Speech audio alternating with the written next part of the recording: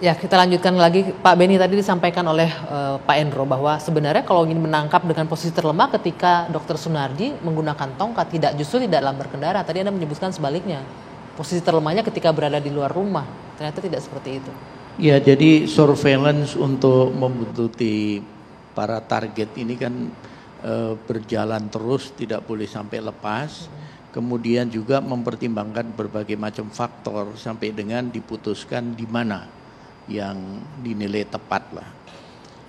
Kita tahu sudah ada 5 dokter yang ditangkap dari jaringan ini.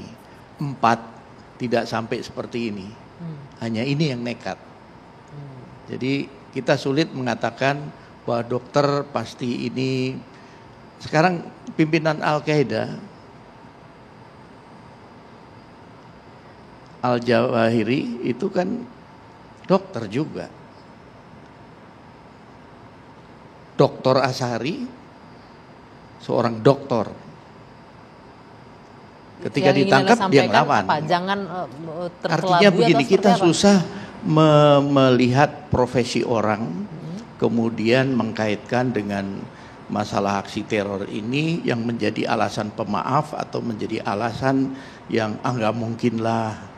Kita bisa salah duga nantinya. Karena kita harus membaca bagaimana proses rekrutmen jaringan ini. Kalau buku Intisari Tamkin itu dibaca, punya mereka, strateginya memang mereka merekrut semua lapisan, semua elemen. Di dunia pendidikan masuk, di dunia kesehatan masuk, kemudian di IT masuk, komunikasi masuk, logistik, transportasi, semua mereka masuk. Dan yang terbaru ditangkap di Tangerang itu ASN juga. Iya, jadi sekali lagi menyikapi masalah terorisme ini kalau kita melihat dari perspektif jaringan, bagaimana mereka merekrut jaringan, bagaimana strategi mereka, kita akan menjadi lebih waspada dan tahu. Tetapi kalau lihat dari sisi luar, dari kacamata profesi yang normal saja memang sulit. Kan sering orang terkaget-kaget, masa sih? Walaupun nih Pak Beni dan juga Pak Ramadan ini mewakili pertanyaan publik yang sampai sekarang adalah kan secara kondisi fisik, kalau kita lihat Dr. Sunardi itu kan jalan tidak sempurna ya menggunakan tongkat. Apakah memang ada rasa kekhawatiran sebegitu besar Pak Ramadan jika melakukan penangkapan di rumah karena melihat kondisi yang bersangkutan untuk melawan itu dipertanyakan, selain berbicara soal trauma, menyebabkan trauma pada keluarga ya Pak? Ya. Sekali lagi saya menjelaskan arahan dari Kadensus kepada petugas yang melakukan penegakan hukum agar tidak melakukan di rumah, ya. Juga tidak melakukan di tempat ibadah, juga di tempat-tempat kayak di rumah sakit.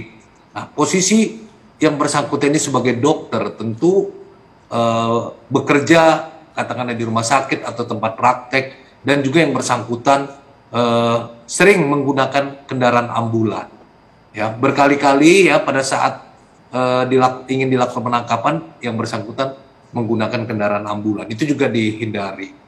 Nah, ini kenapa alasan tidak di rumah? Di rumah itu pertama ya, Densus 88 dalam 3 tahun terakhir telah melakukan penangkapan sebanyak 653 tersangka. Dari penangkapan itu ada beberapa orang ya, 13 orang meninggal dunia termasuk yang bom bunuh diri. Ini beberapa yang dilakukan penegakan hukum secara tegas dan terukur, ini di rumah. Nah, dalam penangkapan di rumah itu merupakan perlawanan ya, pertahanan yang kuat di dalam rumah, karena kita tidak mengetahui apakah posisi itu dikunci atau tidak, sehingga ketika di dalam rumah dia bisa melakukan apa saja. Ketika melakukan perlawanan di rumah itu ada anggota keluarga, ya, sehingga memungkinkan ketika dilakukan penegakan hukum akan menjadi salah, ya, katakanlah ada anaknya, ada istrinya, nah ini menjadi traumatik. Sehingga diberikan arahan kepada petugas yang akan melakukan penegakan hukum melakukan penangkapan, hindari tempat-tempat tersebut, termasuk tempat-tempat ibadah, di masjid. Nah, hal yang paling pas adalah penangkapan di jalan. Baik. Dan tentu tindakan penegakan hukum secara tegas dan terukur itu tidak akan terjadi, tidak dilakukan bila tersangka tindak pidana teroris ini kooperatif.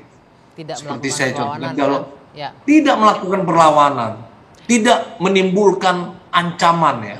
Sekali lagi tindakan yang dilakukan ini untuk melindungi masyarakat dan petugas ya. Oke. Kalau Baik. tidak dilakukan penegakan hukum akan membahayakan keselamatan jiwa orang lain. Baik, Pak Sehingga Ramadan. tindakan itulah dilakukan. Baik, sebelum kita lanjutkan diskusi, saya ingin menampilkan ini bagaimana pernyataan dari pihak keluarga Dr. Sunardi. Kita akan saksikan bersama-sama. Assalamualaikum warahmatullahi wabarakatuh. Kami dari keluarga Dr. Sunardi, insya Allah ikhlas dan ridho menerima qada dan takdirnya Allah Subhanahu Wa Taala. Insya Allah kematian beliau merupakan yang terbaik dan husnul khotimah. Selanjutnya, kami dari pihak keluarga, kami tidak akan menuntut dan menyalahkan pihak manapun. Kami juga berharap untuk urusan terkait Hilal Ahmar, kami berharap untuk ditutup dan tidak dikait-kaitkan oleh terorisme atau apapun itu. Karena itu adalah amal solih Bapak kami. Dalam apa? Dalam kemanusiaan. Saya Ibrahim, mewakili seluruh keluarga besar Dr. Sunardi Bapak kami. Demikian, wassalamualaikum warahmatullahi wabarakatuh.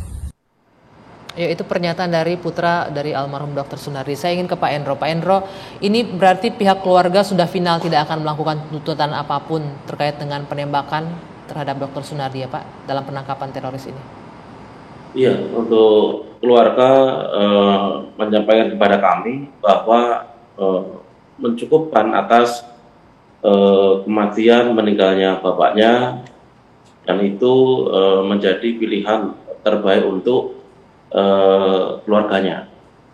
Walaupun kami menyampaikan kepada keluarga bahwa keinginan kami untuk menyampaikan terkait dengan kebesaran Bapak ataupun advokasi hingga edukasi kepada masyarakat agar kasus-kasus semacam ini sebagaimana Pak Dr. Sunardi ataupun Siono itu bisa diakhiri. Kami berpikir pada saat itu Siono terakhir. Ternyata masih ada Muhammad Ihsan di daerah Cemani.